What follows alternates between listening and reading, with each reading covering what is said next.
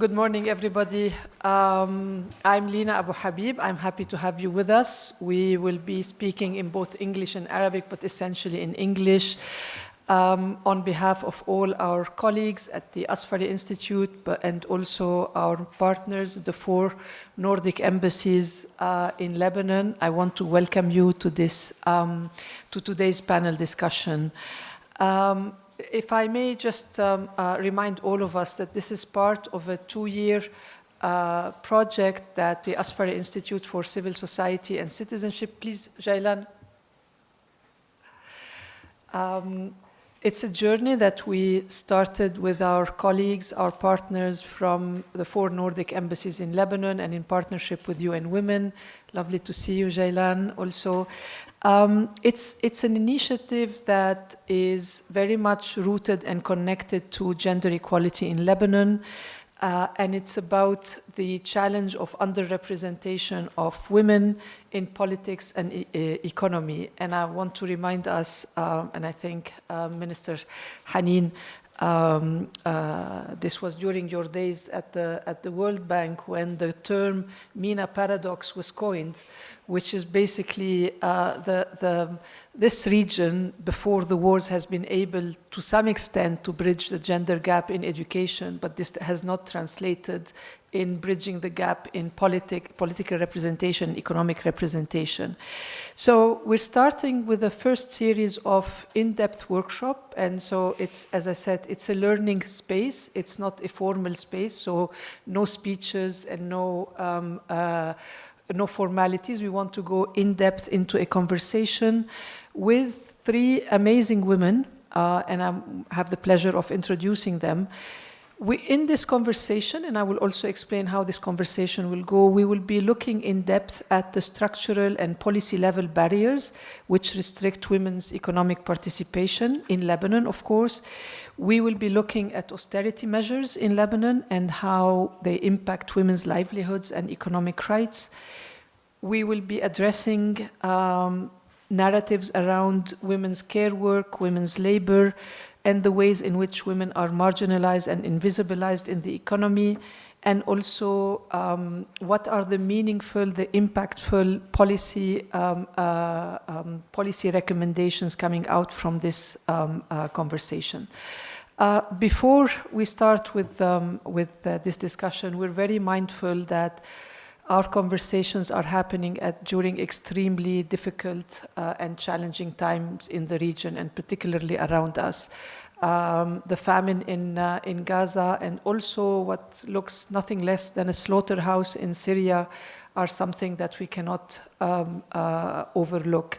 And without formalizing this, I'm sure that all of us have this in the back of our mind, that the miseries in the region are going on quite strongly, and it's actually quite an act of resistance and defiance that we are able to have these meaningful conversations and seek to address women's political and economic participation in the region. The way we will go about this conversation is I will have one set of questions for each of our 3 panelists, and each of these questions speaks to the expertise and the knowledge and the history of our panelists and their professional interventions, their achievements so far.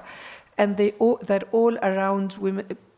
What are the deep-rooted causes of women's economic and political misrepresentation? And then we will have a discussion with all of you, a conversation with all of you from the floor, and then we'll go into a second round of, again, 1 question to each of our panelists. I want to start with Minister Haneen El Sayed, and I think we all know about Haneen's history and professional background. And Minister Sayed is the 2nd woman minister in the Ministry of Social Affairs. I have to say that this is an amazing improvement after your predecessor. So we're very happy to have you and to have somebody who knows her subject. And given everything that you have worked on, that you have your expertise in social protection, Minister Haneen, I want to ask you particularly about this. we have an issue and we have a challenge. You came to this ministry having worked a lot on having a viable, a robust social protection system in Lebanon. And we're not there yet, but we want to understand from you, from your experience and your knowledge, how does the current absence of robust, durable social protection system in Lebanon, how does it exacerbate the precarity of women, but particularly in the informal sector and in low-income work? So over to you on this.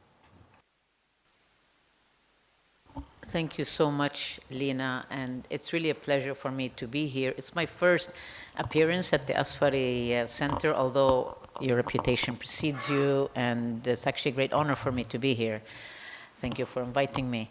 And while I've worked on the area of gender and women's economic empowerment in MENA for some years, including one of the things we did in early 2019 was to launch a regional initiative on women's economic empowerment, which became the gender facility, and so on. And I'm happy to see that it's still alive, supporting the NCLW and other groups. But and actually working on gender issues is a lifetime matter. And I think the challenge for me now being on this side is all this stuff that I used to advocate about. Now I really I'm in a position now, hopefully, where I can help get some of these reforms happening. So, and I welcome feedback, comments. Many of you, all of you are experts in the area of women's economic empowerment, and I look forward to receiving feedback on how we can actually get some of this stuff done, because it's easy to preach on the other side, but when you are now responsible, actually, and this is something we do feel is that we have a very important responsibility. Of course, in my ministry, my responsibility is to all poor and vulnerable segments of the population. And this is very, very broad, very large. If we were to say that whatever the poverty rate we want to take, monetary measurement or multidimensional, probably 50% of the population for sure is under the poverty line. And if we include non-Lebanese, this is going to be much larger. I just came from the LRP steering committee meeting at the Sarai, and the numbers of people in need is staggering, unfortunately. So my now responsibility as a Minister of Social Affairs is the social protection, if you will, although keep in mind that not the whole gamut of social protection falls under my ministry, but we do very much, I coordinate with Minister of Labor, which has the other big part of social protection, Social Security in particular, and also labor market and formal labor market issues, formal employment. I look at it as he has the formal, I have the informal, and the informal is very challenging and very large. Particularly for women. Yes, no, absolutely. So in terms of the kind of social protection that we want to envision, because I do think once we move to a system which, I use the word universal, needs-based, human rights-based approach, these are all very important principles, but putting them into practice is challenging, especially in a country like Lebanon where fiscal means are very limited. But in any case, let's say that is our vision. So this should help everyone, should help women, should help men, should help the youth, elderly, people with disabilities, children, of course. The vision is very much that, is to be, if we can get everybody covered. But what does that mean? It doesn't mean that every single Lebanese or resident of Lebanon, that's another issue, but every single Lebanese is covered lifetime with everything, with social assistance, with labor market program, that. No, it means that every Lebanese at a different life cycle or point in their life cycle, if they need, they can have access, they can have the opportunity. So what this means is that the systems have to be in place so that when you, let's say, you are working and you fall into unemployment, there's somewhere that you can go temporarily. Unemployment insurance, for example, could be one support. When you retire, of course, that's the big thing, that there is not just a proper pension system, but there's also health coverage.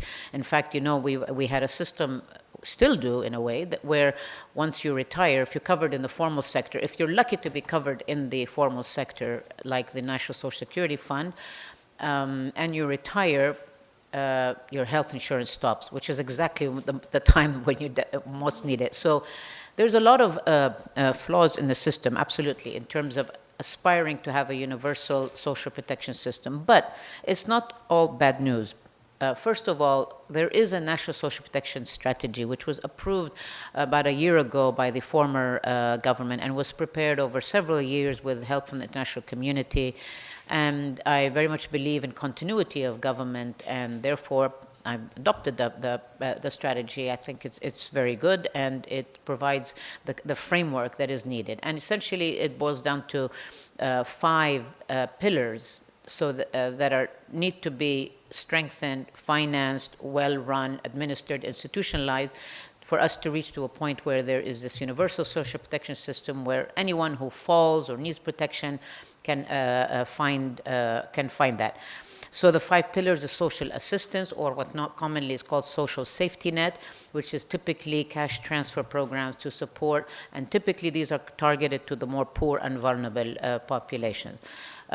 Social insurance is the second main pillar, and this is pensions, this is health insurance, this is unemployment insurance, and the like. Third pillar, social welfare and services. These are, of course, services for the elderly, for different categories of the population, for children, for women who are, facing abuse or violence, all kinds of services that people with disabilities as well. The fourth main pillar of the strategy is labor market programs and economic inclusion. And I'll mention a little bit further a few things about this. And then the final pillar of the strategy is financial access to education and health, so that this doesn't mean everything in education, everything in health, but when there are population groups which will need extra support to be able to ensure that they are in school, that they get health, so sort of providing financial assistance.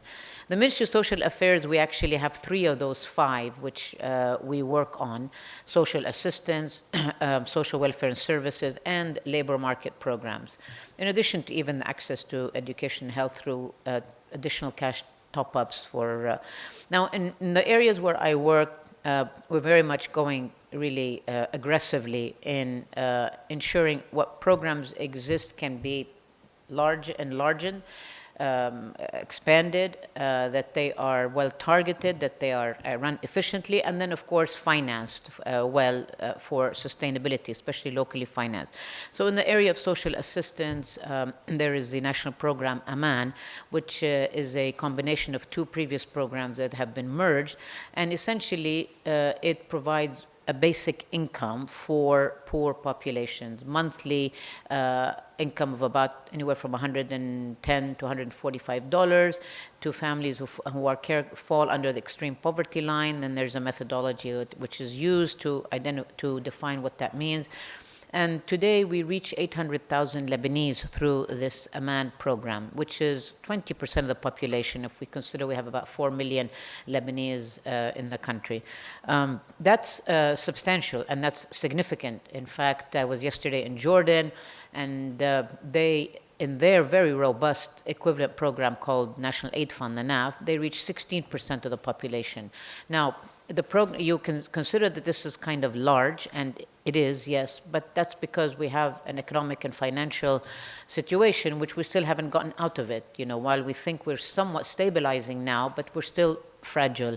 And of course, the most recent war has increased vulnerability and poverty. So this caseload of 800,000 or 20% of the Lebanese population is probably the adequate one at this point, or let's say it's a good coverage, keeping in mind that this is not all the poor, however. This is still around maybe 60 to 65% of the poor that we're covering. So the program is has a targeting method, has a sort of a lot of, it's very digitized. There's a call center, grievance mechanism, and the like. And this is actually very well supported with the international community. And we will be recertifying everyone now, because in any case, programs such as these, you should have people coming in and people going out. And so I want to make this a dynamic program. We have new poor now. There are those who we know who've been receiving assistance that are not deserving, or maybe they were and they're no longer. So there's a whole operation that's going to happen to make the system much more well-targeted and reaching the 20% that it reaches are really those that are in need, and including women. There's a focus in the program on female-headed households, and we monitor that, and we monitor also how well they do and where they spend the money, most of which is spent on food for the family, so that's an important. But I'm not stopping there. For me, it's not enough just to give a social assistance. We have to empower people into the economy, and this is the renewed or new. Actually, I would say it's a new focus of the ministry. I mean, we don't even have a Department of Economic Inclusion or Economic Empowerment. So I am reorganizing the ministry. There's a whole work taking place to restructure and create a Department of Economic Inclusion. And slowly start to build this and get qualified people to work in it. So what do we mean by economic inclusion? Essentially, there are several pathways to getting a job, obviously. One is the formal sector, where you get employed in the private sector. And while this is also Ministry of Labor's mandate, but we also work on this. But in my case, I also, because I have a lot more of the poor and the informal, working through different kinds of self-employment programs, whether it be through microfinance institutions, of which there are some good ones, coming back into the operation in Lebanon. So working with them to take these caseloads. I mean, I have an incredible database. They have very good programs or a system of providing financial inclusion and training to poor households. And for example, they also do group lending for women. So I want to get the ministry to be really focused on that. Sort of, we're not doing safety net just for the sake of safety net. We're really doing it to get people into an economic inclusion path. And I look at it like a trampoline. So safety net is sort of people fall under the poverty line for whatever, because of unemployment, a health issue, what have you. And the trampoline is that the money that's given to them helps them to come up, but then when they're up, somebody's got to catch them. And this is where we want to put them into the labor market, into self-employment. This is kind of the image that I have in mind. And very much, absolutely, gender focused, because we also know that when women are employed, it has even a bigger impact on the household and on the children's health and cognitive and the like. So that's sort of I mean, if you ask me about social protection, what we're trying to do, this is this gamut of assistance and employment that we're working. At the same time, we also provide social care, social services. These are important because people don't just need money. In addition, they need a job, but they also need services. People with disabilities, for example, to provide them services. So again, the Ministry of Social Affairs, this has been the bread and butter of it for decades, but now we're going to reform this. We move to a system where these services are much more catered to the needs of the local community, and then also connected with the other programs, social assistance and the labor market economic inclusion. So let me actually stop here. I can get into different parts of it, but I think this kind of hopefully provides a bit of that vision or strategy, if you will, that we want to head towards. Thank you. Thank you, Minister. Actually, I might have maybe two follow-up questions. One is more of a question/observation. What you mentioned as monthly basic income, it is within the universal basic income kind of thinking. And many studies, not from our region, have shown that this is really linked to the ability of women to step out from abusive domestic violence. And I know that in MOSA, you do have a strategy on domestic violence. Is there any thinking to link this tool with as a tool that would support women in abusive relationships within their households, or because we do have data from elsewhere that this has proven to be really powerful for women. You mean in that cash can lead to some? No, cash can help women step out from such situation. Sorry. No, absolutely. I mean, I think when I talk about integrated services, so we have social workers that go into the household and they monitor, first they assess the families for social assistance, for the cash transfer, and they get a lot of data and information on them. And by virtue of doing that, they get to know the family, and they're able then to identify, hopefully, early detection of some issues in the family. Now, we're not there entirely yet, but this is absolutely the model. So training the social workers to truly be social workers, to case manage, to be able to then identify this case, and then if the ministry can provide the service, whatever it's needed, or refer them to an NGO or an organization that can help. Absolutely. Thank you. We'll have a second round. I want to turn to Lamia Moubaye, who is a dear friend of AUB, an alumni, the president of the Basil Fuleihan Finance Institute, but also an international fellow, senior fellow with the Asfari Institute. And I would say, شهادتي مجروحة, but I would say one of the most amazing financial minds who has been able to bridge finance and gender analysis and gender equality. And so based on this, I wanted to ask you, thinking about also your work, the same things I asked Minister Haneen, looking at your perspective, your expertise, and also your part of the negotiations with the IMF, I wanted to ask you about, the Lebanon's economic and political collapse and the ways in which, in your opinion, it has affected women's employment, economic resiliency, and financial resiliency.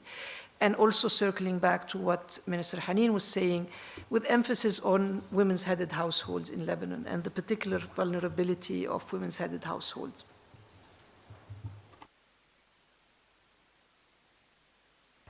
Thank you, Lina. It's a wonderful pleasure to be at Asfari Institute and today welcoming also our dear Minister of Social Affairs, Haneen El Sayed. I mean, what can we continue repeating on the effect of crisis over women in any financial collapse all over the world? I mean, it's known that women pay the price, but they pay also the hidden prices. And the hidden prices appear long after the crisis. So they stay, it's like post-traumatic diseases. They stay for a while with you. So you keep, but nobody notices what you're paying because they think that the crisis has ended. So Lebanon's economy after 6 years is still in dire state. The shrinking of the economy is around 58%. Last year it was, the IMF figure was around minus 7.2%. This year we're expecting also not a great achievement. And all these consequences are visible.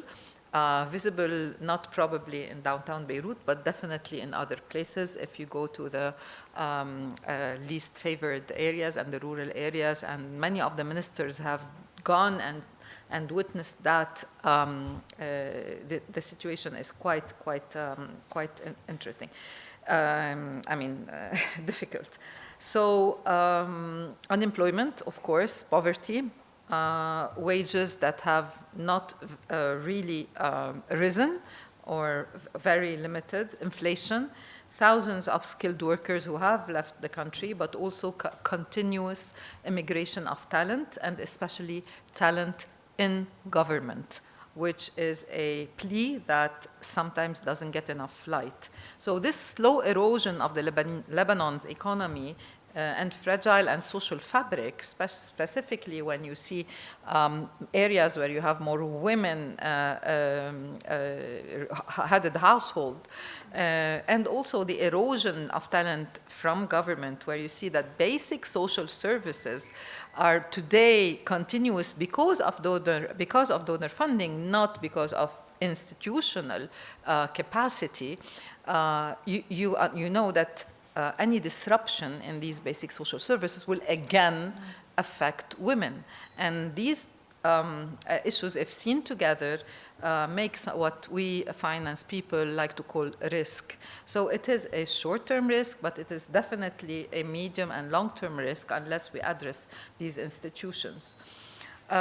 When income and economy shrinks, of course, good job vanished. And these are the jobs that enjoy some form of social protection, some form of insurance, some form of maybe pension. I mean, we dream of pension. But so men migrate to find work, and women have another burden to shoulder, which is care work. And here we see the gap growing, because even women who are educated, who have the capacity to enter the job market, find themselves obliged to ensure this care work, whether child care, elder care, especially elder care, and domestic care, which of course reduces women's capacity to engage in paid work and reduces the income of the family, but also creates all sorts of frustration for this woman who has practically a very limited scope to have a career, and etc. I hardly recommend looking at this gender handbook. I'm doing a promotion for it, but this is the latest you can find on compilation of most of the problems, with a very interesting compendium of the work done on the various aspects of gender inclusion, gender economic participation. And there is a list of recommendations which are interesting for us also to keep in mind. I will close this on saying that maybe today we have an opportunity with a new government, with, despite all the difficulties, both in terms of finance, but also of a human talent inside governance, discussing more in depth what we could do to close gender gaps is not on the table as we would like to see it. And one of the things that I keep repeating, because I'm part of this government, but it doesn't forbid me from being also a critical thinker here, is that we need to do more. And we need to be able to do more and to be able to advance. We need more women in decision making. We have an interesting opportunity today to recruit talent in government. Let's keep a very, very critical eye on how many people, how much we are advancing women to these decision-making positions, whether we're talking about telecom regulations or electricity regulations or even cannabis medicine regulation. The voice of women should be on the table, and this is a big responsibility that this government has said and committed itself to. There should be more discussions on maybe not a quota, but at least some form of assertiveness in pushing women to decision-making positions, and making sure that now that we are thinking much better than we used to in terms of medium-term fiscal framework, in terms of prioritizing spending, to have some sort of gender-responsive spending outlook in this medium-term fiscal framework. Of course, we're not open the subject of gender budgeting and gender procurement and gender taxation, which we discussed at length with UN Women, but I believe this is the time. Thank you. Actually, I totally agree with you. That's one of the, no pressure, but that's one of the expectations that we have, because I don't think we have had an ensemble in a cabinet with people who are technical people, who come from very solid, very robust professional careers, and who come with a gender equality perspective. So, so indeed, I totally agree with you, Lamia. Thank you, and we'll get back to you. I want to turn to our partner and colleague, Layal Sakr. Layal is the co-founder of Seeds for Legal. I'm losing it. Just to say that, well, with Layal and with Seeds, we are working together on a multi-year research project on different countries in the region looking at anti-rights movements and anti-gender movements and the pushback. And Layal is definitely a go-to person in human rights related legal frameworks and a great colleague and a great friend of the Asfari Institute. So also based on your own experience and expertise and everything that you have been doing, I wanted to ask you about the current legal framework and your analysis about who are the women who are excluded from legal protection, and how does the current structural and legal barriers contribute to their exclusion? Where are they stuck, and how does a legal system that is supposed to be fair and balanced and equal actually doesn't include them in all forms of protection? شكرا كثير على الدعوة. بما أنه سمحتوا لي أحكي بالعربي رح إذا ما في مانع يعني في ترجمة ما هيك. Thank you. So إيه أوكي إيه بننطر أوكي إيه. المشكلة الأساسية عنا بلبنان كيف بنشوفها بمنظورنا أنه ما عنا مقاربة حقوقية. لما بنقول ما في مقاربة حقوقية يعني ما في سياسة عامة بتلحظ يعني حقوق هالمواطنين اللي موجودين على أرضها. ولما بيكون عنا مقاربة حقوقية دايما بنشوف الأكثر ضعفا وبنحميهم. هيدا اللي مع الأسف ما بنشوفه بالقوانين اللبنانية، بنشوف إقصاء للأكثر ضعفا. يعني مثلا مثل ما كانت عم بتقول معالي الوزيرة قبل شوي انه لما بنوصل لل 64 بنشوف حالنا برات الضمان الاجتماعي. طيب ما الالدرلي لما يكبروا بهالوقت بيعوزوا الضمان الاجتماعي. نفس الشيء بيطبق على النساء العاملات بالمنازل، هو مقصيين من المادة 7 بقانون العمل. نفس الشيء بيطبق على المزارعات اللي بتشتغل كمان ما في حماية قانونية لإلهم، يعني ما في عندهم social protection، ما عندهم access للjustice، ما بيقدروا يطالبوا بحقوقهم. بيتعرضوا كتير لجندر بيزد فايولنس انه عم يشتغلوا. نفس الشيء للعاملات بالمنازل كمان. بنشوف مش بس بنشوف الريفيوجيز وومن يلي خاصة السوريات والفلسطينيات اللي موجودين على الأراضي اللبنانية. الفلسطينيات محرومين من كتير قصص ما بيقدروا يشتغلوا فيها. هون بنشوف انه كمان أشخاص موجودين لهم فترة كتير طويلة على الأراضي اللبنانية محرومين من أبسط حقوقهم. يعني أكيد الأنروا بتساعد إلى حد ما، إنما ما بنشوف في حماية قانونية بترعاهم.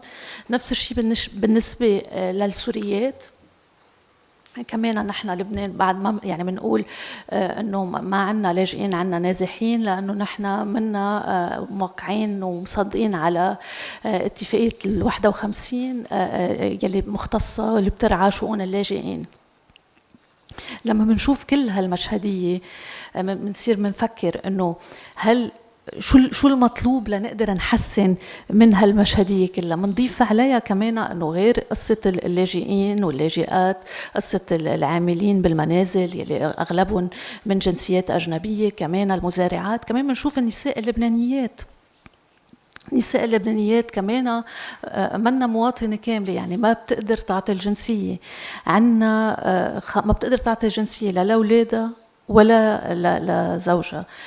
كمان عنا غير انه ما بتقدر تعطي الجنسية، عنا 15 قانون طائفي بيرعى 18 طائفة موجودة بلبنان، وهون بتمشي التبعية يعني. وهيدا مرتبط بالاقتصاد.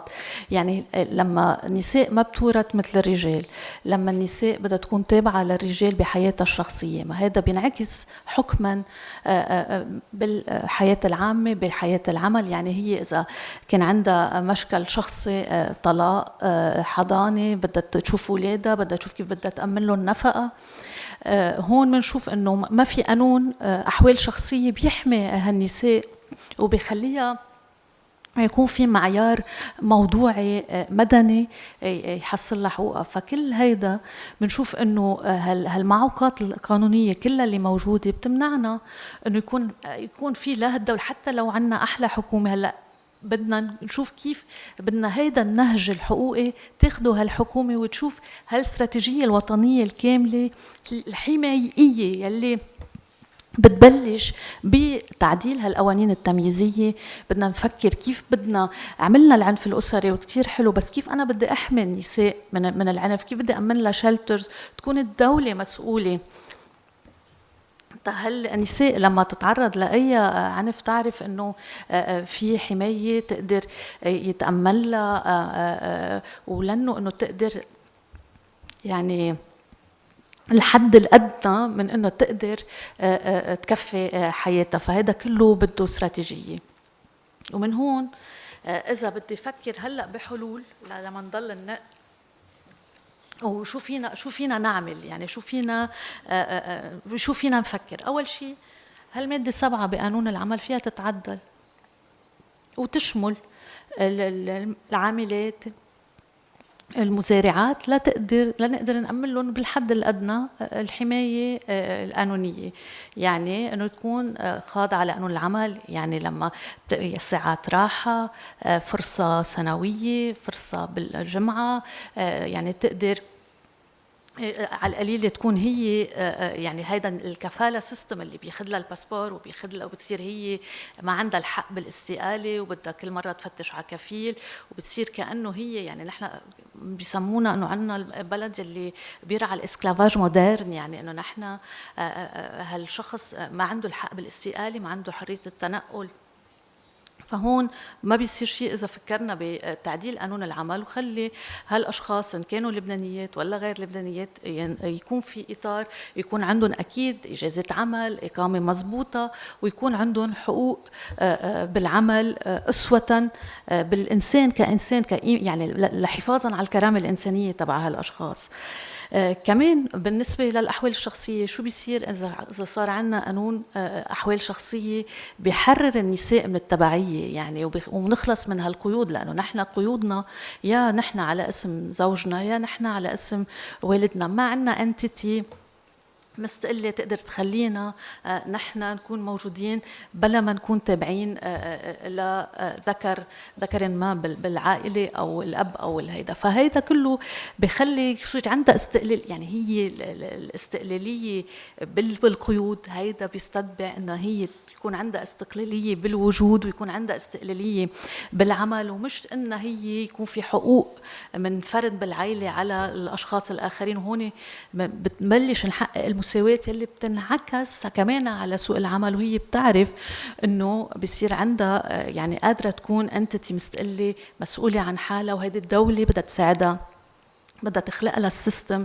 يلي بده يعوضها عن القبيلة وعن العائلة. بدنا نصير بدولة وين الإنسان هو يعني السنتر لكل هالمواضيع، وتكون الدولة هي مسؤولة عن الحد الأدنى من أنه الناس نساء ورجال يعيشوا بكرامة، وما يكون الواحد مجبور يتعرض لعنف أو ما يقدر يترك البيت أو لأنه ما عنده خيار. فهون لما يكون الدولة عندها استراتيجية وعندها مقاربة حقوقية بدها تفكر بكل هالأشخاص. كمان إذا بدي أفكر بموضوع الريفوجيز، أكيد بدي أشوف، بدي أطلع على كيف بدي أعطيهم يعني الأوراق اللازمة، بدي ساعدهم إنه يسجلوا، بدي ساعدهم إنه يكون عندهم legal identity، يكونوا موجودين، لأنه لما الشخص بيكون مكتوم القيد أو ما عنده أوراق ثبوتية لا في يقدر يعني يكون يتمتع بكامل حقوقه. بالتالي بدي بلش من الأساسيات، وبدي ارجع على موضوع انه ننظم وجودهم ويكون هيدا ضمن اطار قانوني مع اجازات عمل مع اقامات قانونيه. وكل هيدا كمجتمع مدني نحن عم نجرب قد ما فينا باللي عنا اياه ندفش للليجل امباورمنت، عم نفكر بالليجل كلينكس كل الوقت، عم نشوف كيف بدنا نعمل هالفيمينست ادفوكسي كل الوقت، ليجل ادفوكسي تنحسن من هالحقوق، لأنه ما بيسوى بال 2025 النساء محرومين من أبسط حقوقهم، إن كانوا لاجئين، إن كانوا لاجئات، إن كانوا مزارعات، إن كانوا عاملات بالمنازل، ولا حتى أي أم لبنانية بترغب إنها تعطي الجنسية لأولادها منا قادرة إنه تكون مواطنة متساوية مع الرجل بلبنان. لأنه إذا ما عملنا انكلوجن، يعني الانكلوجن وعدم إقصاء النساء من الليجل سيستم ومن قانون العمل ومن قانون الضمان الاجتماعي أساسي، لأنه هيدا بيأثر على السوشيال كوهيجن، بيأثر على يعني التنمية المستدامة، لأنه إذا نص المجتمع مكبل منه قادر ينتج، منه قادر يكون حر بخياراته، عم نخسر نص طاقاتنا من وراء الليجل باريرز والموروث الثقافي والاجتماعي. فهون بيخلق دور الدولة يلي هي بدها تفكر بالمواطنين بشكل متساوي، بدها يكون عندنا مقاربة حقوقية تساوي بين الأفراد وتخليهم يكونوا مواطنين. وإذا ما فكرنا بهالآلية رح يضل وضعنا هش، وضع النساء هش، وما رح يكون يعني، وما رح، بدنا دور من الدولة وبدنا إرادة سياسية، لأنه كل ما نحكي بهالمواضيع بيقولوا بدنا إرادة سياسية، واللي بيوقف بوجه الإرادة السياسية هن شغلتين: الناس اللي عندها مصالح إنه هالأشخاص ما تقدر تتمتع بكامل حقوقها، واللي هن بموضوع الأحوال الشخصية دايما بتوقف السلطات الدينية. ولما بنطلب مطالب اقتصادية واجتماعية كمان عنا الأشخاص اللي عندهم تقل اقتصاد كبير ما بيناسبهم يدفعوا اشتراكات أكتر، يعطوا حقوق أكتر، يكون عندهم يعني ضرائب أو قصص أمور إضافية تنزاد عليهم. مشان هيك هون دور الدولة أساسي، كيف بدنا نفكر باستراتيجية وطنية بأبعاد حقوقية تقدر تأمن. ونحن إذا كان عندنا شوية إرادة سياسية مع المداخيل اللي عم بتحققها الدولة من كل قطاعاتها، لو بخف الهدر فينا نفكر بهالاستراتيجية اللي يكون الأولوية حقوق الناس ومصالحها، إن كان الحقوق الاقتصادية والاجتماعية ولا حرياتها، يعني ولا إنه نعزز الدولة المدنية اللي بتساوي بين المواطنين، ونبطل يعني عم نشوف حوالينا هالنزاع الطائفي. نحن نموذج للمشترك، نموذج لكيف ناس متعددة بتقدر تعيش مع بعضها وتنظم أمورها. وهون دور لبنان بهيدا المرحلة بشوفه كتير أساسي، الدولة المدنية اللي بتعطي حقوق للمواطنين كمواطنين مش كملل أو طوائف. Thank you. هلا نموذج ما بعرف، أوقات بنكون أوقات ما بنكون. مزبوط.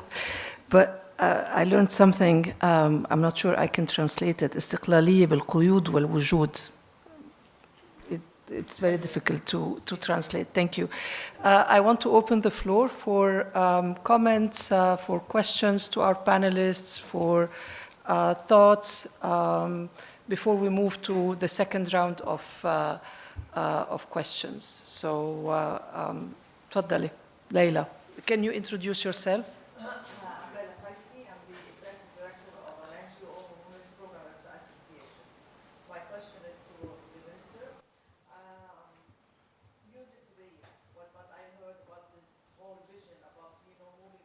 Out of poverty. People out of poverty, and connecting people to economic interventions. And I think this is very important. And it helps getting people out of this safety net and then getting people in. So this is how it should be, the trampoline which you have mentioned. And I think definitely it's a vision. Just a clarification, do you have a timeline to start really working on it? Because this is very much needed. And also the sustainability. We know that government changes, and sometimes a new government, a new minister comes, then we start from all over. And I think this is very important when whatever is put in place is to ensure the continuity when you have a new government, and considering also the duration of your government, how long it's going to take, maybe some months to come on, and only then we have the election, etc. And this is, and I know there are lots of challenges. And for women specifically, what I have noticed from my job and my involvement, my organization focuses on the Palestinian women and youth, but also vulnerable Lebanese as well. And we have found that women, most of them now, the way for them to earn income is home-based businesses. And this is a lot, many, and we have already implemented a project where we have helped women to, they got them, we did a series of training plus coaching on specific sectors, and then there we have helped them, and so help them to continue and sustaining their job. I think this is one thing which is focusing on the home-based businesses, and this is an issue which will help, because this will help women staying in the house, although it adds burdens, and you'll have to really help them to have this work-life balance within the household. So yeah, this is very important. And on the legal, yes, I agree with you, particularly for the Palestinians, because they don't have, when it comes to the identity, and they're not really, their status in the country, they're not refugees, and they're not citizens. So this is in the middle, which is, you don't know what it is. Yeah, it's lost. Thank you very much. Thank you. Anne, please. Thank you very much, Lina. I'm Anne, I'm the Finnish ambassador. I have both comments and questions, and I would like to start with Madame Ministre. You spoke about the universal social security system that covers everyone, but as far as I understood, the focus is on those ones who are poor and oppressed, meaning those people who are living under the poverty line, and Palestinians, for example, Syrians are not included. So my first question actually is that where is the money coming from? I also think, I mean, to create this system, I also think that you should involve with Ministry of Finance and maybe start to create a proper taxation system. And you can count on us, we, the Nordic countries, we are really specialists when it comes to taxation, and you know, we are happy taxpayers. So if you need help, please don't hesitate. Second issue is services. You mentioned that especially, I mean, people who are with disabilities, they need services. But I mean, let me underline that especially women, they need services. You also said that it's one of the goals is that there are more and more women who participate actively in labor market. So to able women to take part of the labor market, women need services.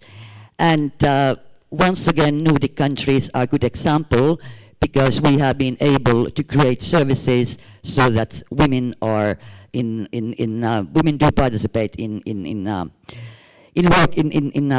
labor market. Third question, you spoke about labor market. Are unions involved? And then when you speak about reforming all these sort of systems, I think that normally here in Lebanon, the first solution is always to have sort of private sector. But I mean, let me kind of propose that also public sector education could be a good solution, as well as healthcare system that is not entirely privatized. For Layal, definitely there is a need to change many laws. You mentioned kafala and also the civil status law. Completely agree with you, but that I have never ever understood why it's so difficult to change these very basic laws. It seems that these issues are never ever a priority. And then I think it was it Lamia who mentioned the role of the state? That role of the state is important, so please start to build a state. Merci bien. Thank you, Anne. It's always a pleasure to have you with us. We have Jaylan and then a question online. Sarah, would you be able to read the question online after Jaylan? Thank you. Thank you very much, Lina. Thank you for this. It's really good to be in venues like this one.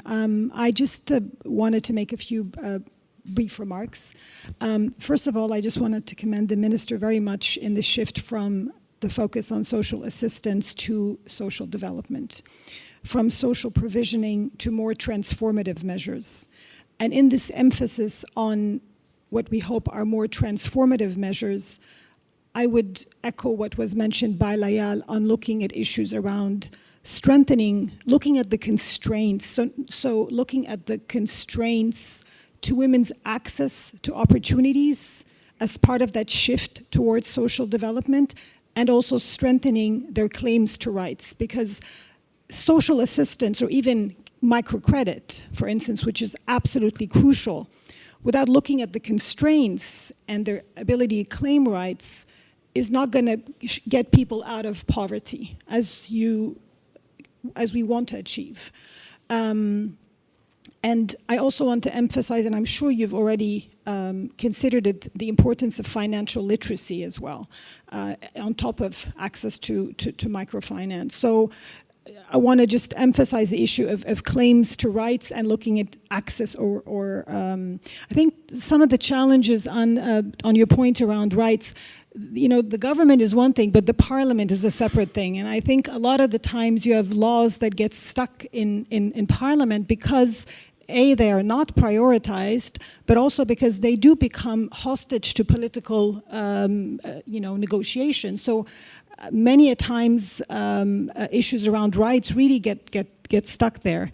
I also wanted to mention the point on the social care, and most of those working in social care provisioning are women, and that would also be very important to emphasize the rights and the legal protection of women who are working in the area of social care.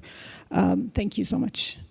Thank you, Jailan. We'll take the question from one of the online participants, and then, Minister, I'll start with you because most of the questions...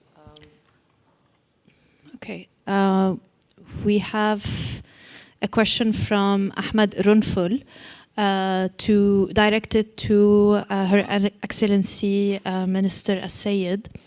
First, I would like to say that we are fortunate to have someone like Ms. El Sayed leading the Ministry of Social Affairs. My question relates to the policy framework. What policies does the ministry have in relation to the legal framework of the MSMEs law and the social enterprise law? I believe implementing and supporting these two laws is critical to enabling individuals, especially women, youth, and people with disabilities, to establish and sustain their own businesses and social enterprises.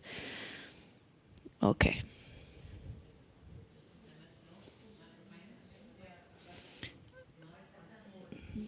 MSMEs. Yes. So maybe we start, Minister, with you, and then Layal, if you have a comment. And then we'll go to the second round of questions. Thank you all very much for your questions and feedback.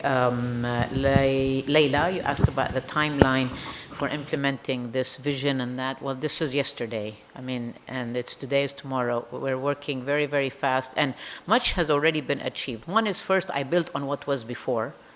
Second, I'm improving it. So the safety net program is in place. It has been in the current form for the last couple of years. As I mentioned, I'm recertifying, we're reopen registration to make sure we have reaching really the poor,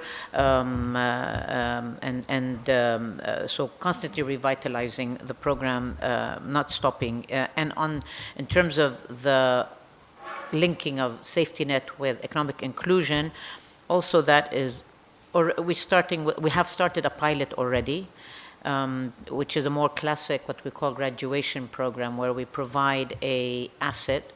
We identify an able-bodied person in a household that's receiving social assistance, and could be, the woman or the youth, and they are then trained. There's financial training that takes place, and then depending on what the local labor market and what they want and can do, there's an asset transfer that is provided, so that, and this is very much home-based work, a lot of it, So this, what we call classic graduation approach, is already started as a pilot, but I am now already in touch with the MFIs so that we can launch something very soon with them. Because as I said, they have the system already working, which includes financial training and other kinds of, even there's psychosocial and sort of social empowerment and confidence building that needs to happen in some of these programs.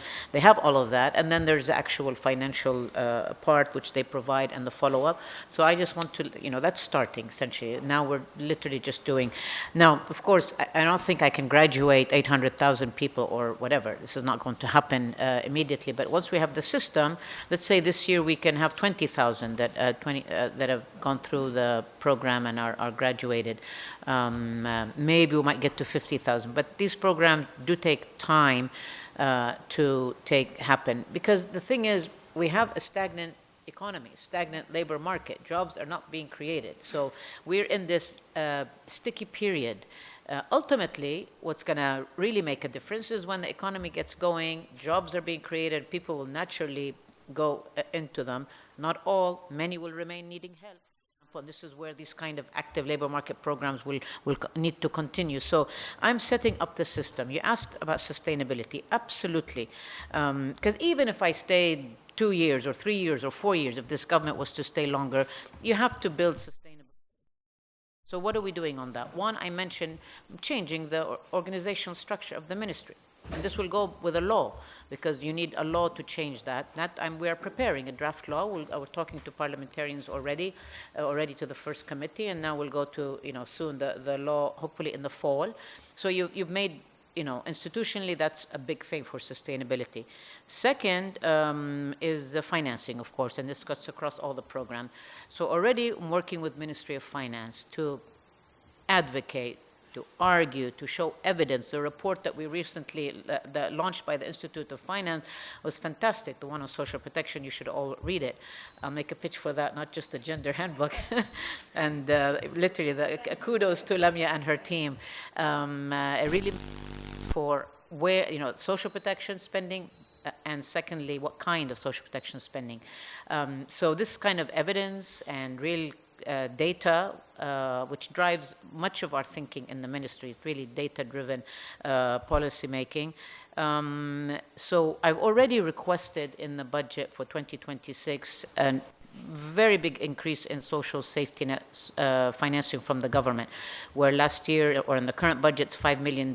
I'm asking for 50 million, and it has gone through the first cut, which is a harder one. The technical teams in the Ministry of Finance, when we discuss our budget, were very picky and want to know why and this and that. This was like a no-brainer for them. Now, of course, when all the budget is ready, hopefully, I guess, end of August, I think, Minister of Finance brings it to Cabinet, and then it goes to Parliament. So if already I can get 50 million in this year's budget, next year we double that to 100 million, I'm almost kind of, halfway through what needs to sustain financing for the social assistance. What is required to finance 800,000 is around 300 million. But I'm hoping that this caseload will be less and less every year with economic growth, which need reforms, of course, and jobs picking up, poverty going down. I'm not going to need to be, forever supporting 20% of the Lebanese population. This can go down to maybe 10%, okay? And then hopefully one day really just the absolute needy people. So this is the work on the financing part is absolutely very important. Tax revenues, that's another discussion, maybe Lamia can say, but essentially right now the focus of the Ministry of Finance is on better collection, and there's plenty of room for that, customs being one of the big ones, but there's others, and then moving forward with more fundamental fiscal reforms.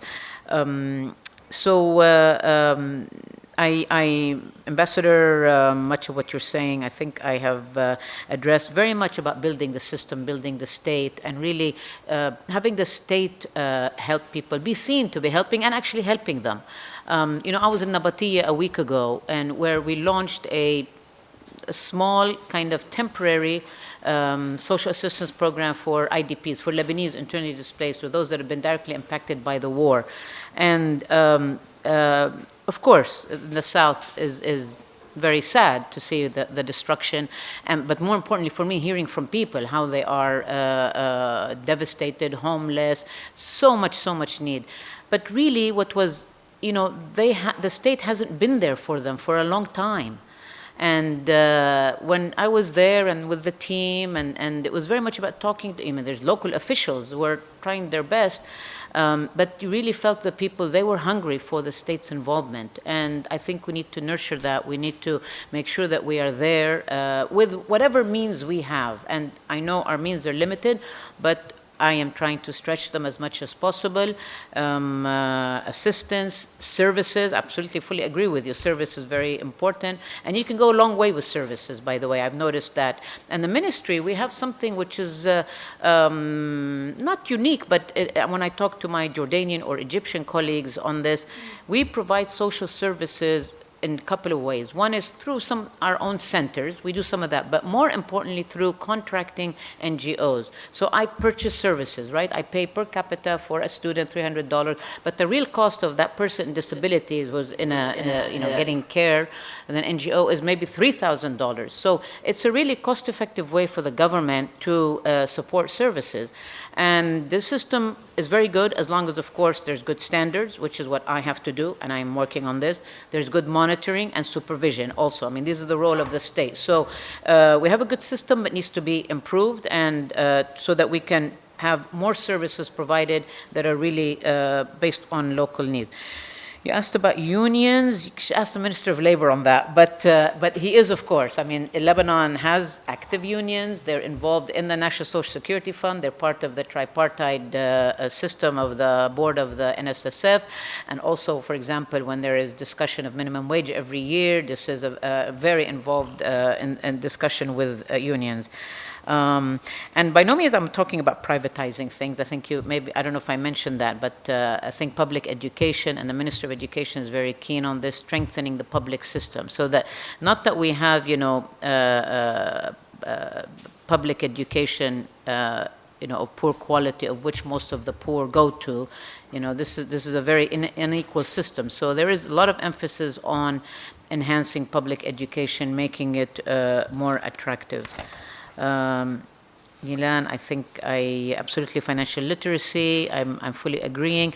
Parliament is, there's some very active parliamentarians on social issues. Inaya, Azzuddin, Halima Kakour, we were also together recently. And by the way, thanks to Inaya and I guess her team, they passed the law on flexible work and part-time work, remote work. That's great. That's really, and that comes back to some of the constraints you were also talking about what will help women activate into the labor market, is having these alternatives in terms of women and men, I think, because also let's not forget this part-time work, a lot of it is part of the gig economy. I mean, that's a sort of a remote work. So it helps the youth, it helps women and men. And on Ahmad Rumful's question on social enterprise and MFI, so yes, there isn't a law on MFI yet, but Ramzi, correct me that maybe there isn't. I suppose it's in the making. I'm meeting with the team next week on this, but so I suppose that is probably, that's with the central bank, of course, that they have to, and also on social enterprise law, I'm actually keen on helping where that is. I'm not sure right now who's leading this and a champion of this, but I know there's a university that is working on this. But yeah, I'm definitely happy to support on some of these laws. Thank you. I'm going to move us to the second round so that we can, so please, Layal and Lamia, your inputs maybe could go in the second round. Because I'm keen just to keep with the time. And the second round, I want to start also with you, Minister. لا خلاص هلا high expectations. Actually, I want to start on an issue that is very important for us as Asfari Institute, because that's central to our research work, and it's also a conversation that's very important on women's unpaid care work. we haven't made headway in this region on the recognition, redistribution, and reduction of the burden of unpaid care work on women, and also the emotional labor carried by women. And I think recently, during the massive displacement that happened during the war, the burden of care on women was really obvious, at least in the streets. And my question to you is, in your ministry, what do you think are the policy changes, the infrastructural changes that are needed to basically start the work to recognize, redistribute, and reduce the burden of unpaid care work? I mean, you alluded to this a little bit before, but maybe we take a deep dive on this right now. Thank you, Lina. I don't know how deep of a dive I can go, but let me, when this question came up and I saw that this was being discussed, I was actually very intrigued and fascinated because 40 years ago, and now I'm showing my age, when I was at Columbia and I was actually teaching as a graduate student between Barnard and Columbia, in women's gender studies, this was a really hot topic. Yes. I mean, unpaid care, yeah. And even must have been even before that. Unpaid work, and obviously in this case, care, that kind of. Maybe you could tell me how much progress there has been globally, because I haven't followed as much, but I assume that there hasn't been a whole lot of progress in terms of, there's been numbers that have quantified in many countries how much that unpaid care work and how much it contributes to, or lost GDP and would contribute, and that's great. I suppose in Lebanon we have not done that work, so that may be one of the first recommendation as part of the recognize what is the issue or the magnitude of it. That might be a good exercise to do, something good to do, and pushing for that kind of data. Maybe CAS, the Central Administration of Statistics, can be involved. I'm sure UN Women would want to support doing some kind of analytical work on measuring this unpaid care work, and I think that would go a long way in advocacy. But certainly it is an issue which obviously many countries around the world all face the same thing. But one statistic I was interested, took my attention, was that globally 60%, women dedicate more than 60% of their time to housework and care globally, regardless of their work status, pay, and educational levels. Because we normally think that this is okay, poor women are the ones that are mostly doing this work and have no alternative. But even it seems with higher education level and pay, this remains an issue. So I think this is where we need to think more through this. But now for me, because I care for the poor, that's my mandate, I'm going to focus on those. Somebody else maybe on the more middle class or middle income. No, it's an important issue. I think one, getting data and information on what this is, and whatever I can do maybe to support, I'm happy to be there.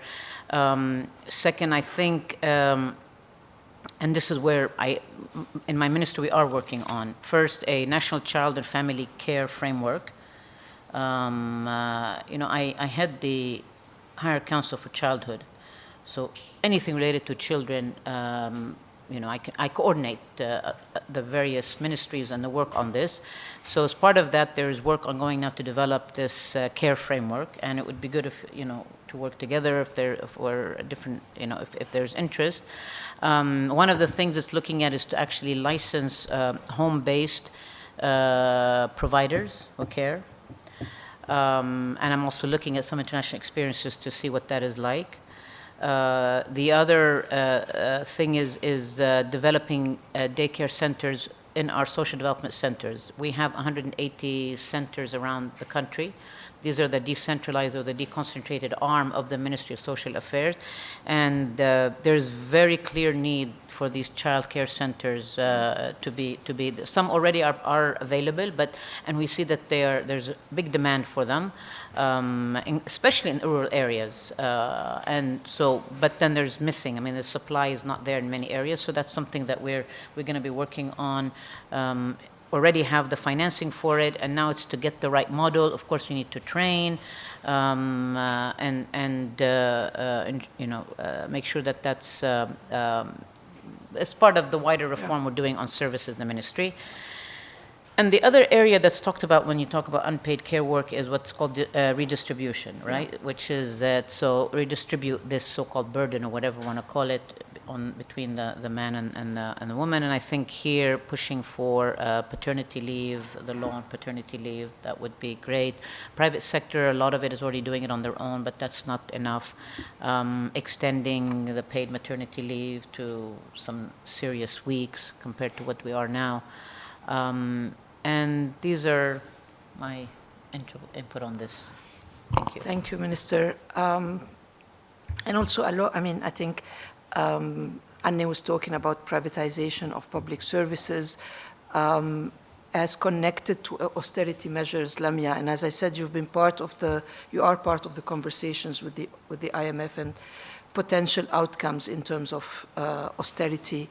And maybe you could reflect on how, this nexus of privatization and austerity and its impact on economic, rather, insecurity of women, yes, especially when it's stopped by the burden of care. Where do you see it? Thank you, Lina. And I would want to also start by another pitch, but this is the work of Asfari, and which was done like a couple of years ago on the effect, very precursor, actually, work on what would be the effect on an IMF program on women, and it covered social sectors. So reminder, so if you haven't delved into this paper, it's a very interesting paper by Sarah Boueri, who's here. Yes. So a very important topic, and at the time we were more hopeful to have an IMF program, and we were trying to kind of guide, on these issues. Now we are hopeful again, so maybe this will going to be something that will happen in the short term and medium term. Austerity, yes, this is definitely the core problem of any structural adjustments and reform that sometimes do not think enough the social aspect. The IMF has changed a lot, and we have now even a social protection. Let's call them prerequisites even. So, but of course, with programs, there will be decrease in wages, maybe, and this will cause, of course, increase in job insecurity, more informal employment, sometimes less spending on healthcare and education, and of course, childcare fund, and all this will, again, like what happened in Tunisia and in Egypt with the austerity measures, the shift will be on the cost will be borne by women. So, and we see them sacrificing a bit of their well-being to be able to cater for the increased cost of product, but also to the reduction. And we witnessed that in Egypt, 58% of reduction in their own consumption, on women consumption of their own well-being happened during the austerity period. So. When also there is a reduction in public sector job, we see this affecting women because in teaching and nursing and medical, but also in clerical work. In Lebanon, we have not enough statistics on women in positions, and unfortunately, we don't have a clear numbers and data on that, but we suspect that there are a majority of women in clerical positions and in specific the social sector. So. We have to, of course, resize the state, and I heard very well noted the work that is being done at the social affairs, this rethinking, this organization of the ministry. I think personally that this should be done at the level of all ministries, because we cannot, again, rebuild the state. We cannot think about rebuilding the state with the current state of finances. By only looking, and also we cannot increase the salaries of the talent who are there so that they don't exit, unless we look at them as a whole package. Having a vision with a resized state is very important. Not per se, not to have a shiny, nice little state, but to have a state that functions, that delivers the basic services, that caters for women, that includes also, that is inclusive. So yes, this is a very important start. To do it is very complex, but there is a simple thread, and resizing is definitely, and right sizing, not resizing, right sizing is definitely the path. Why do we have 24 ministries? Why do we need 24 ministries? Why can't we combine the economic sector? Why don't we consolidate some of the missions of the state?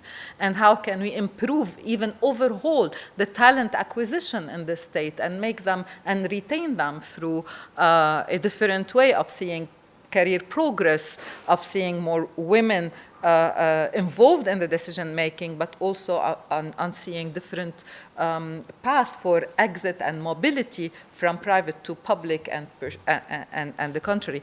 These might be sometimes sound naive idea in a system that is very much state captured and entrenched by private interest. But unless we think a little bit out of the box, I don't see how we're going to build the state, frankly. I've been there for the past 20 or 25 years, and the traditional approaches don't work, very simply, let alone the fact that we are in a crisis-prone environment where crises are recurrent and ever more intense, and the only thing that protects the vulnerable are the state. In French, we say, les malheureux n'ont que l'État. I mean, unless you have you continue with a sectarian system where every sect helps and caters for the needs of its own vulnerable, there will be no modern state in Lebanon. There will not be place for people who graduate from good universities and want to actually contribute to public life and create a public value. So the tension between, how do we move and reduce austerity measures? How do we create a tax system that is just, also as Her Excellency said, all this bring us back to a vision, a progressive vision. And this progressive vision has to prevail at one point. So, and one of the pillars of this progressive vision is progressive taxation, which is vital in a way to promote equity and gender justice. Tax justice today faces a entrenched historical vested interest in not having a progressive taxation, not having a one single declaration for tax, and not even thinking about a wealth tax or being Lebanon being part of the global tax forum, so that people who make money abroad also and are resident here do actually remit some of their taxation. So all this 352 exemptions and preferential treatment that exist in the current tax system, which are forbidding us from finding the right amount needed for mobilizing revenues for social protection, needs to be addressed in a package. And unless we do that with progressive minds and with committed people, I don't see how we can move on to something more meaningful than just discussing old measures in new ways. Yeah. Also, as they say in French, on ne peut pas faire du nouveau avec du vieux. So thank you. And I want to move the last question to, and I think this is a good segue to moving to the last comments by Layal. I wanted to ask you, given what you've heard from both Minister Haneen and from Lamia, what is the role, I mean, how do you see, what kind of direction for pushing an advocacy by civil society? What is the role that the sector has to play to bring these two visions, I mean, one vision? اوكي، تصديقا على اللي عم بتقوله استاذه لميا بموضوع انه بدنا نفكر بطريقه بروجريسيف تنقدر ان كان من ناحيه الضرائب، ان كان كيف بدنا نرجع نعيد تكوين هالدوله اللي نحن عايشين فيها. فاذا بنرجع على جوهر الدستور انه كل الاشخاص اللي بتنتخب صحيح هي عم بتمثل طوائف انما شغلتها تشتغل للصالح العام. هلا ليش ما عم نقدر نوصل للشغل للصالح العام؟ وهيدا السؤال حضرة السفيرة سألته، انه ليش ما عم نقدر نغير، ان كان كفالة سيستم ما عم نقدر نشيله او ما عم نقدر نعمل قانون للأحوال الشخصية. نرجع على الكلاش اللي موجود من كتير زمان بين النهج اللي بده يعمل قانون مدني وبين النهج اللي كانت عم تحكي عنه ست لميا، يلي هو بيعمل فراجمنتيشن، بيحولنا لمجموعة طوائف وكل طائفة بتعمل مصلحتها. اللي عم نجرب هلا يعني نبني انه نخلي كل هالطوائف تفكر بالصالح العام، ونرجع نعيد، مش نعيد، هيدا دستورنا، هن شغلتهم يعملوا المصلحة العامة. مع الأسف هلا هن عم يشتغلوا محاصصة. يعني مثلا نعطي اكزامبل على قصة الضريبة، وقتها كانوا بدهم يزيدوا للعسكر فكروا بالبنزين يلي بيجي على كل الناس، ما فكروا مثلا بالرجي تبع الدخان تيزيدوا ضريبة على الدخان. ليه؟ لأنه في مصالح اقتصادية مرتبطة بهالمجموعات، وهيك دايما بيروح يعني المصلحة العامة بتروح لمصالح شخصية موجودة بالدولة مشبكة. يعني نحن لو ما في هيك كانت الناس لا راحوا مصرياتها بالبنوك، ما شفنا تفجير 4 آب، بعد ما شفنا حدا عم يتعاقب، هلا ان شاء الله بيطلع القرار الظني. فكل هيدا بلا استقلالية قضاء، وبلا ما نحد من الإفلات من العقاب، وبلا ما نرجع يفهم النايب شو دوره، ويرجع الوزير يفهم إنه هو جاي يخدم الصالح العام مش فئة معينة جاية نفكر بمقاربة حقوقية. وهون كتير مهم دور المجتمع المدني اللي سألتني عنه هلا، إنه شو دور المجتمع المدني. لازم يضوي على الأحكام الرائدة يلي فعلا إذا قاضي عمل حكم جيد نضوي عليه وندعمه، ندعم الوزير اللي عم يشتغل للصالح العام، ندعم النايب اللي عم يشتغل للصالح العام، نشبك نحن المجتمع المدني بين بعضنا، ندفج لاجندا كرمال حقوق النساء. مثل ما قلتي مزبوط، نحن ما فينا اذا ما عندنا سيرفيسز، اذا ما عندنا محل نقدر نحط اولادنا فيه ونطمن بالنا انه في رقابه من الدوله، رقابه من وزاره الشؤون، رقابه من وزاره الصحه. هذا كله سيستم بده يرجع يتفكر فيه، بده يكون الفيجن الكبيره هي الصالح العام. وجوهر دستورنا يلي هو يعني مجال للناس، لانه عندنا الماده 9 بتقول حريه الاعتقاد مطلقه، يعني هيدي بتخلي حقوق الفرد، الشخص فيه يكون تابع لدين معين ويآمن ويمارس، وفي ما يمارس، وهون الدولة لازم تعمل له القوانين المدنية. وفي حقوق الطوائف يلي مصانة، لأنه نحن بلد متنوع، هاي ما بتلغي هاي. مع الأسف يعني سنة 51 نقابة المحامين حاولت إنه توسع صلاحيات المحاكم المدنية لا تخليهم هن يصيروا يعني المرجعية، إنما الطوائف من وقتها كانت سد منيع، لا قبلت بزواج مدني، مع انه اللبنانيه فيهم يتزوجوا برا وبيجوا بيسجلوا زواجهم المدني وبيطبق عليهم القانون القبرصي اذا تزوجوا بقبرص. فما في مانع انه يكون عندنا هذا الشيء، لانه هذا اصلا مكرس بالدستور. هن بيضغطوا على الارض وبيضغطوا بالمحاصصه وبالطوائف. فاذا بدنا نفكر بطريقه اوت اوف ذا بوكس، بدنا نشوف كيف كل هالناس اللي عم بتحاول، ان كان بقلب الوزارات، ان كان بالمجلس النيابي، ان كان بالمجتمع المدني، إن كان محلات مثل الAUB اليوم اللي بتسمح لنا نحكي ونعبر ونناقش ونطرح أفكار، هيدول أساسية. لأنه هذا جوهر يعني علة وجودنا، أنه نضل نقدر نبحث ونشبك. وكل واحد من مثلا نحن بشغلنا كتير بدنا نشتغل على الليجل أويرنس، على أنه الليجل ريفورم، على المقاربة الحقوقية اللي بتوصل حقوق لكل الناس بالتساوي. وبدنا نكفي كواليشن وكل هيدا. Thank you.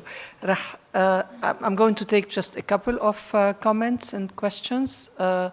تفضل لينا وجوزيفين. Hello everyone.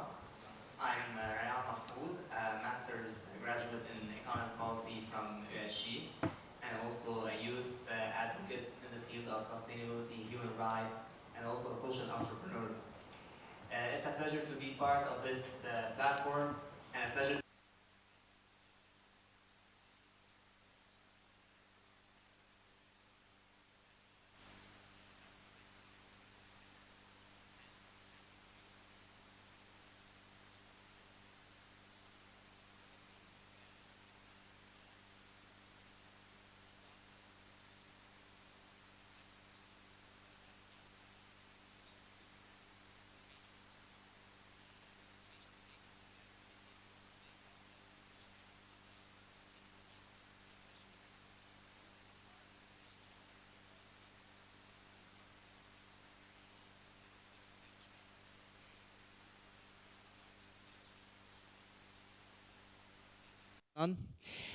Additionally, I believe that we must shift perspectives. Since you talked about legal awareness, Mrs. Layal, sorry, we must start this awareness from schools and universities. But schools are the first place to do so because we have so many educational institutions that are religious-based, which confirms the reason why we are living in this degrading situation. Not to forget the fact that if we want to shift perspectives around women empowerment and have this legal inclusion of women, it's very important to make this awareness based on the values of tolerance, mutual communication between students and all Lebanese communities and societies to ensure that we are driving progress towards having gender equity, to be exact. Third, I believe that on a governmental level, we all know that all ministries set their budget based on their own interests and not on specific objectives that take into consideration the collective. This is a third issue, which leads me to talk about the educational sector in specific, because we all know that 90% of the budget for the Ministry of Education are allocated to salaries and wages, while we also have some ministries and governmental institutions that are inactive. Why not abolish these inactive institutions and invest them in favor of empowering women and integrating them in small and medium enterprises and startups, especially in the agricultural sector that is booming today, and focus on establishing partnerships that are not only between government and charity-based NGOs, because we have seen that the business model implemented by NGOs are not necessarily sustainable. Instead, let's give the floor for local initiatives and startups in order to advance women empowerment and provide them employment opportunity to drive inclusion. Because, I'm gonna wrap up, because we have a problem that to have this inclusion happen, it's a marathon, it's a journey, it's not a one-day decision. Thank you. Lina, بعدين Josephine, and then we'll wrap up one final word by each one. I'll make it quick. So I'm listening to this whole conversation, and I keep thinking about this whole gender backlash, the global gender backlash, and its implications on Lebanon, where we see a narrative today that pushes women towards the traditional role of being at home, and this is creating a sort of reaction among women from different generations who also don't want to be in the labor market anymore, because it's becoming more and more difficult for them to prove themselves, because they have to fight on so many fronts to convince the man out there or the people at the decision-making level that they have the right to be in the marketplace, but at the same time, the system around them is not helping and not supporting them to be at work. They are often blamed and shamed when things are not being perfect or perceived perfect at home. So this is creating additional fatigue and stress among them. And when we try to do some legal reforms that are not part of a bigger vision, like having parental leave or having flexible working hours or having lactation rooms at work, this is not helping them. This is putting additional burden on them. And I don't agree that we should not be looking at these women from the middle class today, because I think if we keep going this way, they will become also poor women, because they don't, it's becoming tiring. And this will حينسحب also at the decision-making level, the representation of women, and also the political participation of women. So it's not a question, it's just an observation, and I wonder how we can be looking at that. While we give the mic to Josephine, I want to point out that Lina was amongst the candidates at the latest municipal election for Beirut. So next time, Josephine, the last. First of all, thank you, Lina, for this great session. And we know exactly what Mrs. Haneen El Sayed is doing inside this ministry, and we know that the big effort is here, but we didn't start from the real point. The real data, we didn't have it. We have some research, maybe from some students, from AUB, from LAU, but we don't have the تعداد السكان, the population census maybe. Since 1932 we didn't have it. And why we don't have it, and we know that the sectarian system is here. But if we don't know what we have and what we can give, and what exactly, from where we can start building the state, if we don't know, like if I go to the supermarket, I have $100, I know what I have and I know what I will spend for it.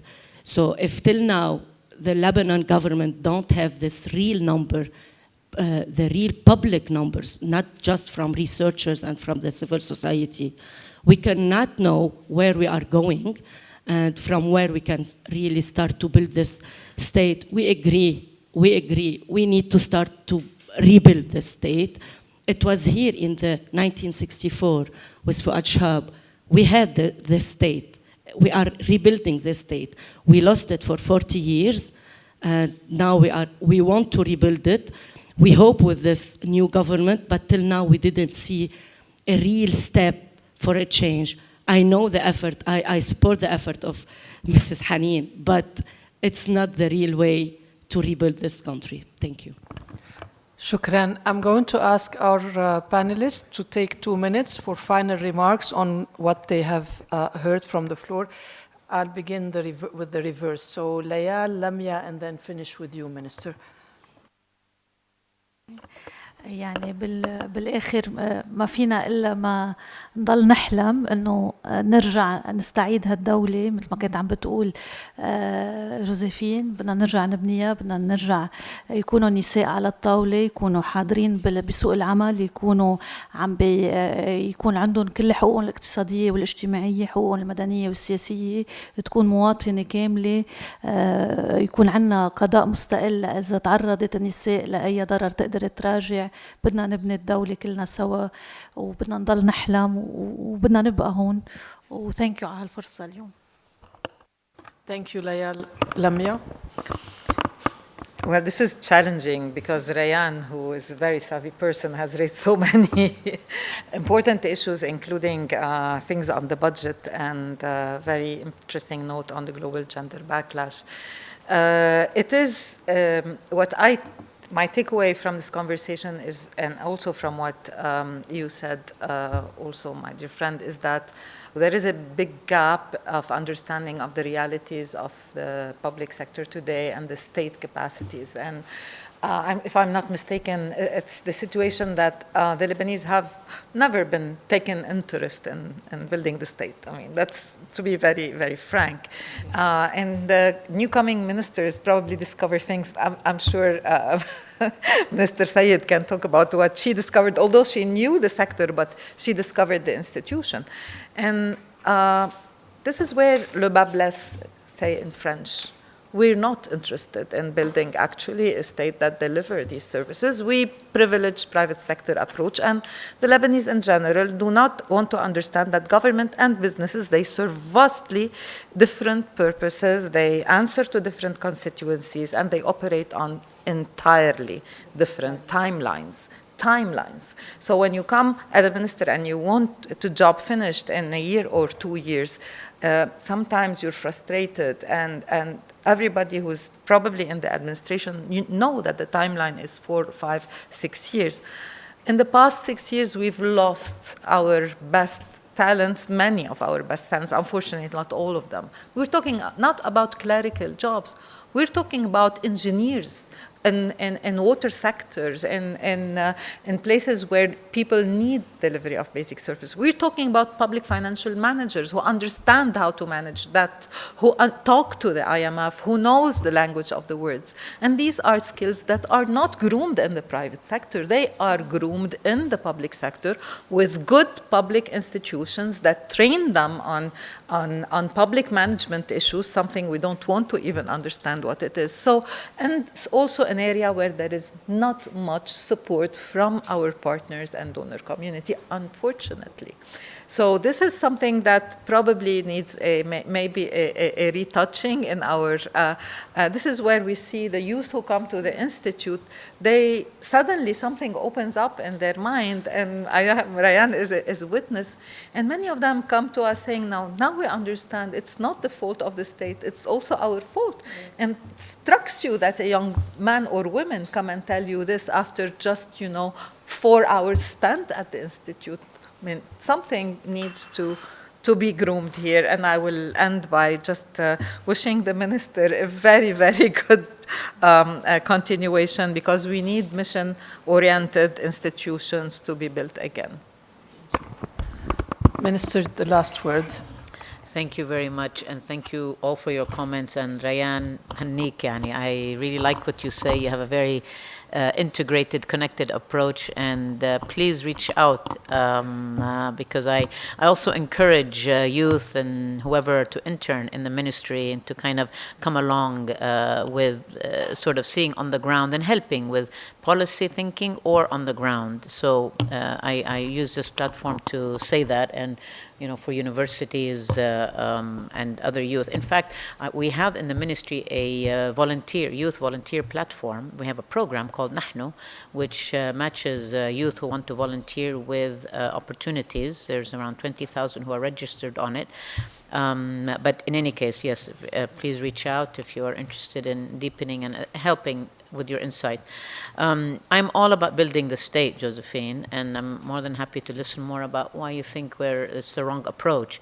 One of the first things I did when I entered the ministry was to call upon all the senior staff of the ministry, and we did this new vision with them. It was about them. It was them coming up with it, because I very much believe in building working with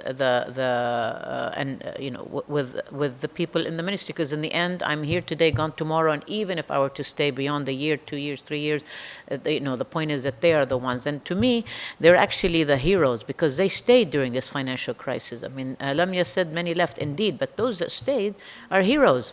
They stayed with $50 a month. Of course, they had to make ends meet and find other jobs and help make care for their families, but they're still here. So I'm very much empowering them. They're in the lead. They're kind of the leadership team of the ministry. I'm actually now in the process of those that are good. We've gone, after some evaluation, promoting them. And by the way, 90% of them are women in Ministry of Social Affairs. I mean, and if any of you were to come, and you would see that it's very vibrant and active, and from the ground to the ones that are the more, رأس المصالح. You mentioned something dear to my heart, population census, and I have already started discussion with my fellow ministers. I proposed it on our minister group and got actually some good feedback. And this might be something that I would like to push it as far as, because I agree with you. I mean, we have to know how many people are on this 10,492 square kilometers, or 52. And we have to know, how many Lebanese and how many non-Lebanese. We don't have to know confession. We don't want to ask confession, but we need to know who are foreigners and who are not. That's totally normal, and this is what we should be doing. We'll see. One of the proposals is to tag it into the decentralization law, قانون اللامركزية, because in fact, a population census will very much help with local development programs and the like. So that could be where it really would fit and would come as a development thing versus where it's now so politicized and the like. So thank you for bringing it up, but inshallah going forward. Thank you. I just want to end by saying there's a huge difference when women are around the table and talking, and one can see it. So thank you so much, the three of you, our dear friends who are always with us, and Minister, I hope this is the first time of many. I just want to say that we will be producing a document out of this conversation with the key issues that you've spoken about, because that's the beginning of a series of in-depth conversations that we will be having under the framework of this initiative with the Nordic Council of Ministers. Thank you so much, and please join us for just some bites and some networking if you can, hopefully. شكرا كثير.